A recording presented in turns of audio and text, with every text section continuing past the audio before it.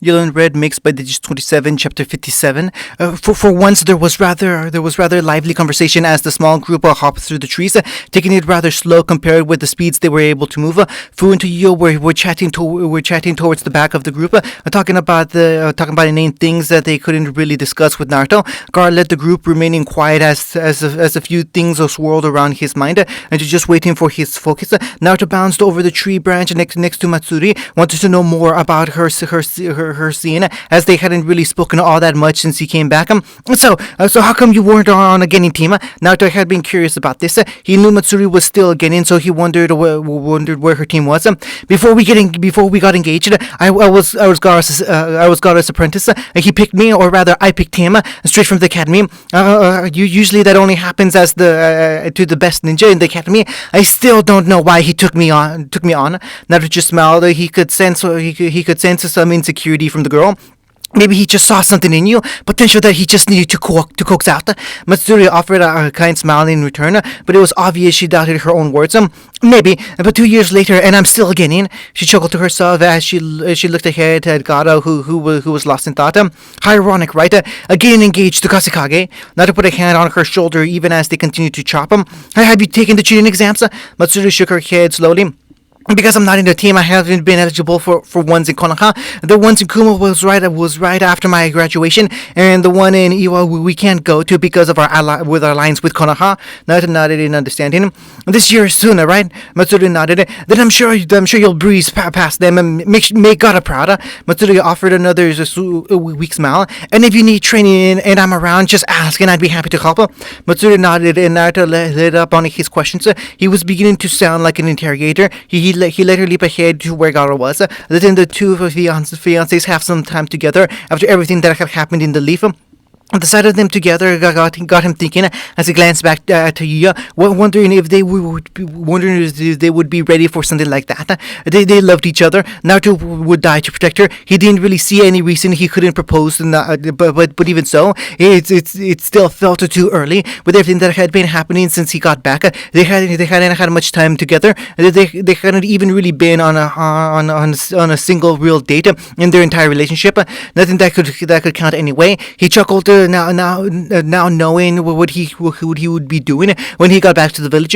Naruto turned to look at his red-headed girlfriend again, but managed to catch a flash of orange and black out of the periphery of his vision. Hold up! He put up a hand that told everybody to stop on the branch they had been standing on. As Naruto quickly looked in the direction he had seen the blur, he peered closer but couldn't see anything. He tried to sniff them out, but all he got were the general smells of the forest.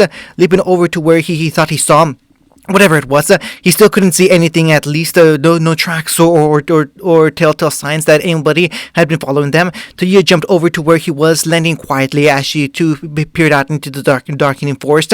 What'd you see? Naruto narrowed his eyes, but even as they flashed red for a moment, he couldn't see anything at all. Nothing. It was nothing. Come on, it's getting dark. We should try to cover more ground before setting up camp.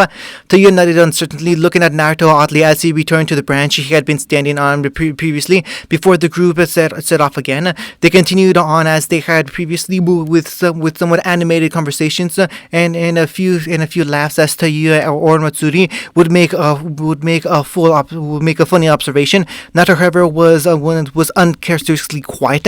Every so often he would watch another glimpse of that strange orange and black blur, only for it to vanish if he turned to look at it. He knew he should have probably told the rest of the group, but he couldn't shake the feeling something was off about it. His eyes were sharp, his nose even more so. If someone was trailing them, he would be able to smell them. Nothing was hidden from his nose. It made him consider the fact he might be under a genjutsu of some sort. It would have to be a powerful one to get past Kuruma's notice. Not wanting to alert his pursuer if it was a genjutsu, he decided not to flare his chakra. Instead, he allowed just a trace amount of Kyuubi's chakra into his system. He had found out a while ago that to break most genjutsu, he only had to disrupt his chakra network, which is what injuring yourself or sending a pulse through your system would normally do. However, his way was less noticeable, was more effective, and didn't involve sticking himself in the leg with the kunai. which was a plus. However, this had no noticeable effects on his surroundings, but a few of the more chakra-sensitive creatures scampering away from him. He narrowed his eyes as he continued on, for once actually hoping he was seeing things. Unfortunately, he knew that couldn't be true as he caught the blur again. However, this time he reacted as fast as he could, launching a kunai towards it without even fully looking. When he did turn, all he saw was his kunai embedded into the wood of a tree. The whole group stopped when they heard the dull thud of a kunai. All them going on high alert until they saw it was Naruto who had thrown it. He moved over to pull the kunai out of the tree and narrowed his eyes as he noted that there wasn't any hint it had hit anything but the tree. He wasn't one to brag, but his aim was impeccable and his speed was unmatched. If he had intended to hit something and there was nothing there to hit, he would have hit it. Taiyo once again joined him on the branch, this time followed by Fu, who looked up at him with worry. "Is everything okay, Oni-san?" She smiled convincingly as he smiled convincingly as he could, pushing his current worries to the back of his mind for now. "It's nothing, Imoto. Just thought I saw something is all."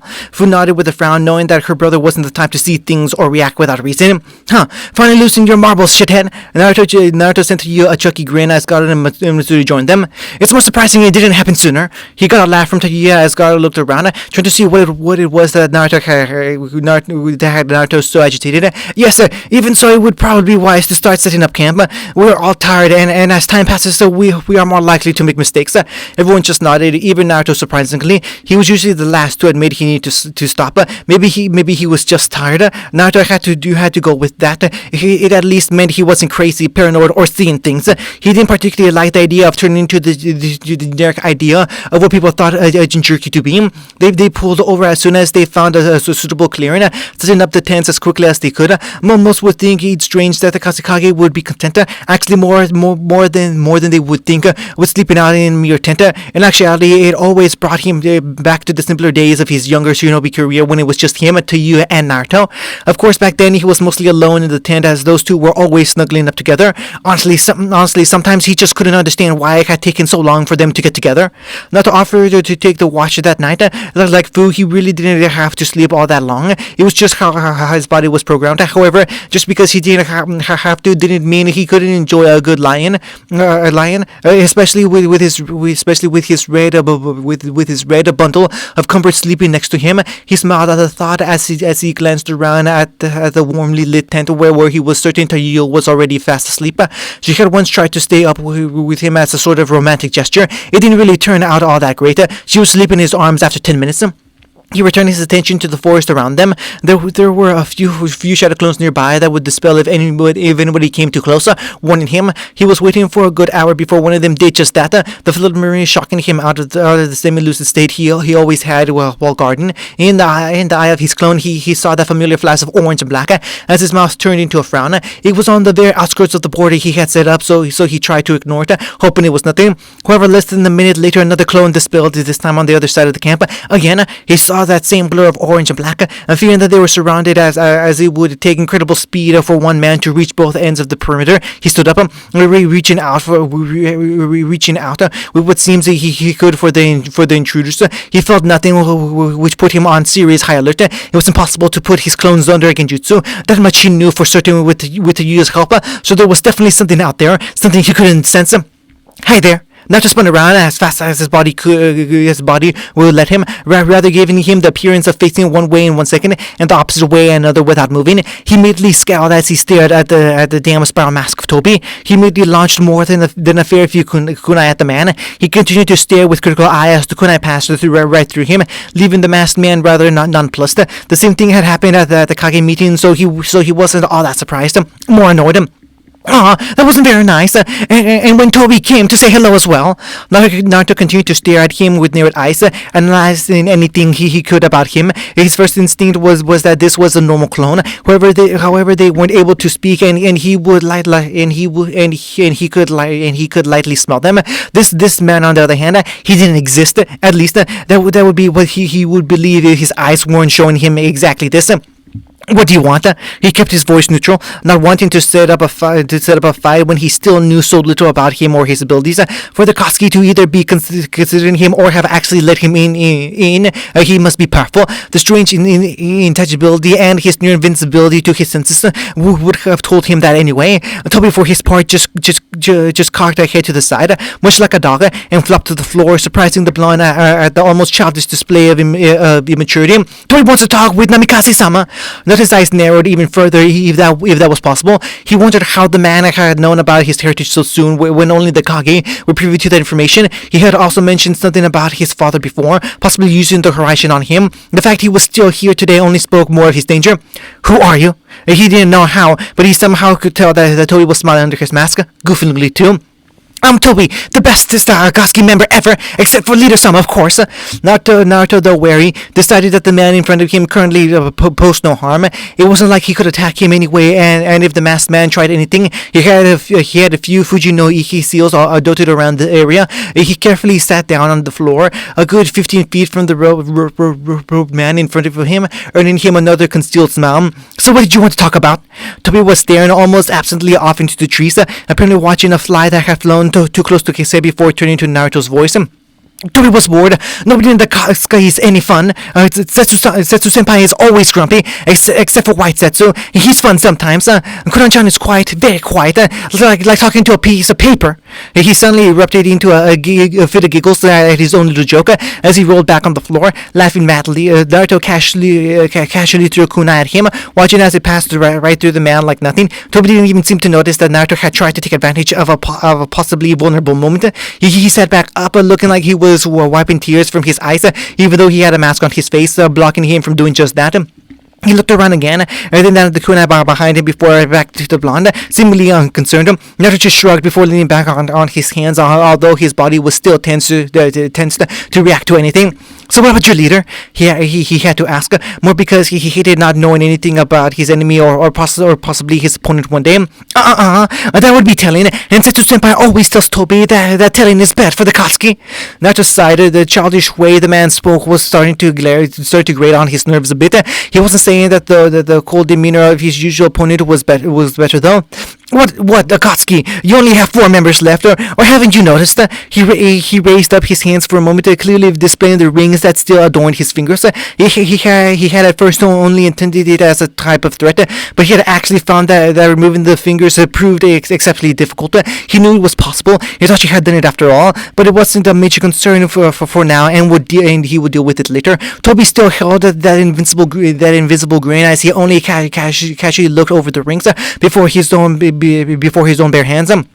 Toby still thinks stealing is wrong, Namikaze-san. It means that Toby doesn't get a ring unless we go get the one the snaky man stole as well. And you miscounted. Leader-sama is way more powerful than us. He's worth like 6 people. He once again burst into a fit of laughter, apparently at some kind of an inside joke, or only he was privy to. Naruto filed away the information that Orochimaru had one of the Katsuki rings for later, and intended to bring it up with Jiraiya when or if he next saw him. Namikaze-san looks like his dad, except for those whiskers. Naruto narrowed his eyes again. He didn't like the way Toby just casually talked about his father. What do you know about my father? And Toby bounced to his feet, surprising Naruto, who was up in a flash, kunai in hand as he relaxed into a fighting stance. Toby simply waved merely as the air around him began to warp strangely. Sorry, Namikaze-san. Maybe another time. The strange vortex that formed around him proceeded to consume his body until just his eye was left. Then it too vanished. However, Naruto could only smirk right at the end as the man was disappearing. He smelt him. It was fleeting and may have been anything, but he was certain he could smell the man right before he activated that strange technique. 4 minutes, 42 seconds, huh? Naruto spun only to see Toya blearily rubbing her eyes as she walked over. What's 4 minutes and 42 seconds? Naruto just waved a hand before he wrapped an arm around her shoulder, noticing her slight shiver from the cold air. Nothing, just an idea I had. He wasn't sure why, but he thought that keeping his and Toby's brief conversation quiet was best for now. Toya just observed him strangely, but didn't say anything too tired to care. Come on, shithead. Matsuri has the next watch, and I missed my pillow. He just nodded before letting her lead him by the arm with a smile. He sent one last curious look out into the forest before his attentions were filled with flawless skin and vibrant red hair.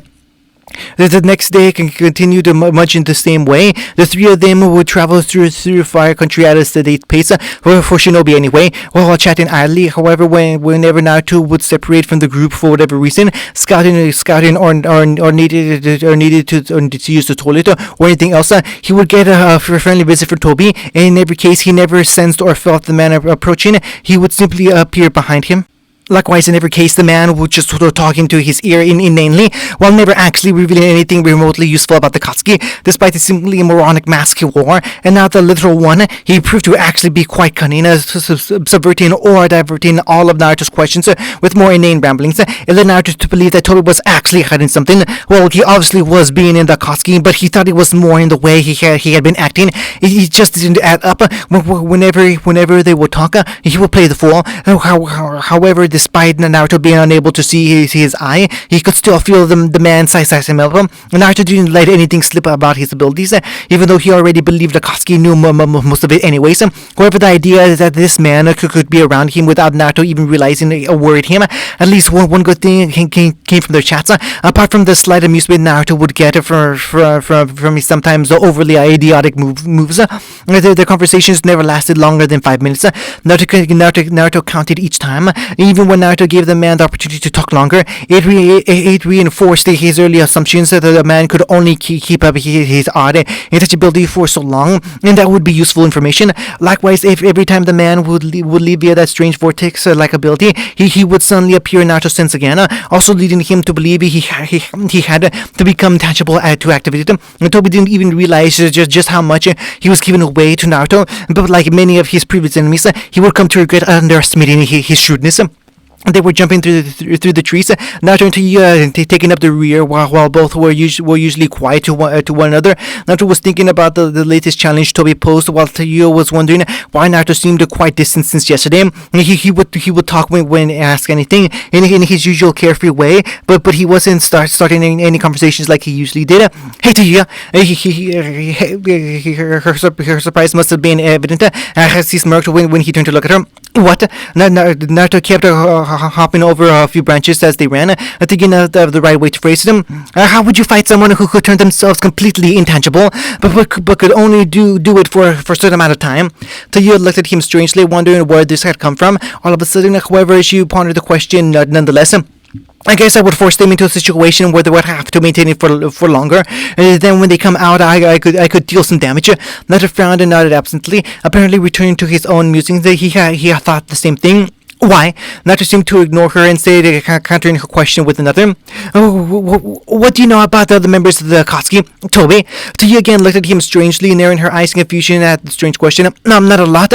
He would mostly stick around Setsu or Deidara before he bit a big one. I didn't really see any of his abilities, and I never got a good look at his face because of the mask he always wore. Naruto nodded again, his frown deepening as he turned his attention back to the path through the branches ahead. Why? Did something happen, Naruto? He waved a hand, warding off her question with a gesture. It's nothing important. Taiyo scowled as she suddenly left ahead of him, blocking his path as she looked him straight in the eyes. Hey shithead, what did we say about you blocking me out? Something obviously fucking happened, or you wouldn't be asking these weird questions. Naruto stopped in front of her, his features going from neutral to guarding, before sitting on resigned. Okay, I'm sorry Taiyo, but for some reason, I just thought it would be best not to say anything. Taiyo cocked her head in confusion, but waited for him to continue. Yesterday, when I was out on guard, Tobi appeared next to me. Taiyo raised an eyebrow, wondering why either Naruto or Tobi weren't dead already, but as he continued to explain what happened, her face twitched with intrigue to surprise to confusion, before finally a simple frown.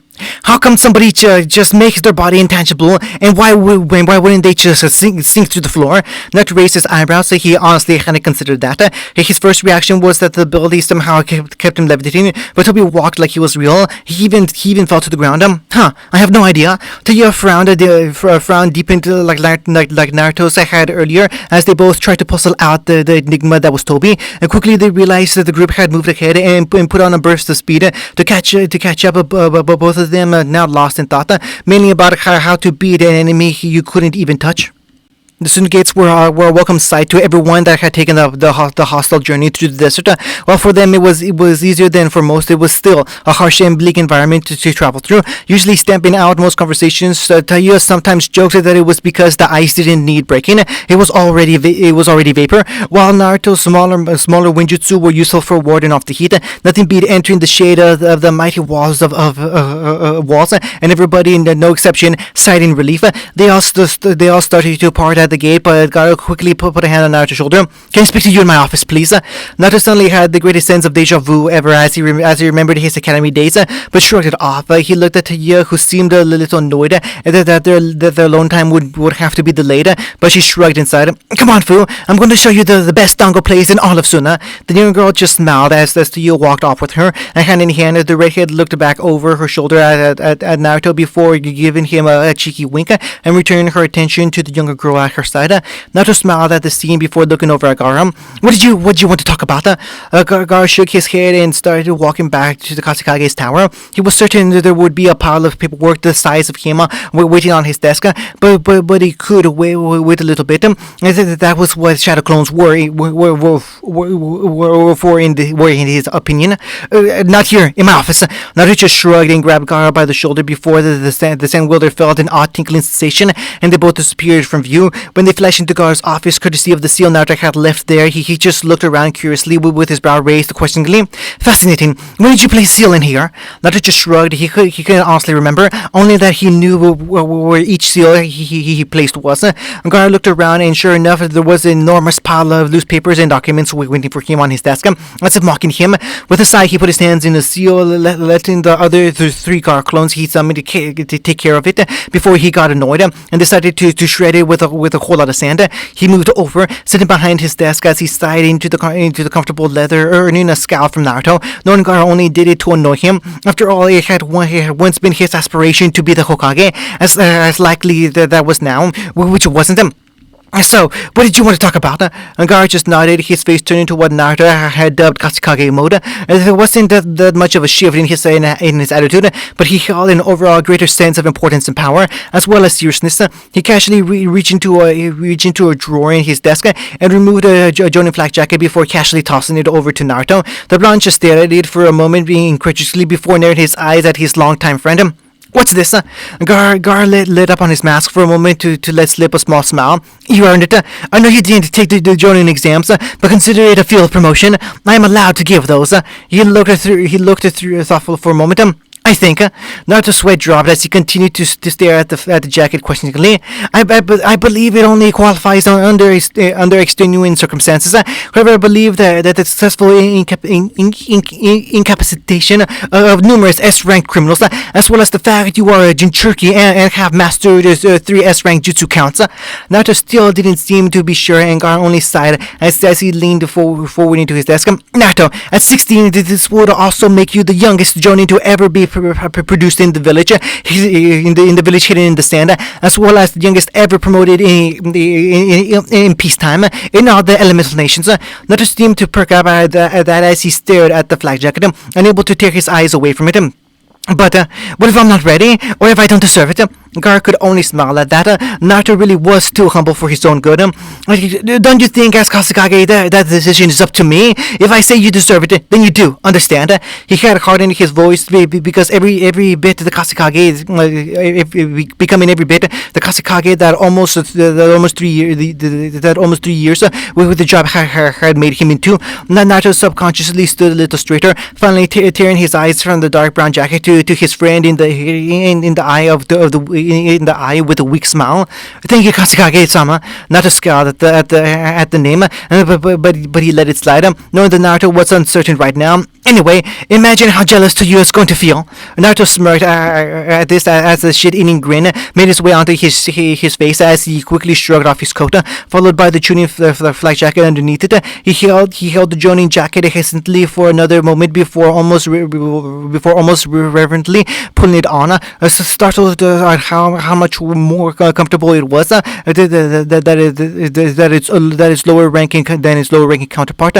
Finally, he slipped his coat back on, On the outside, his appearance didn't change all that much. He was standing taller, and he seemed to exude an air of confidence.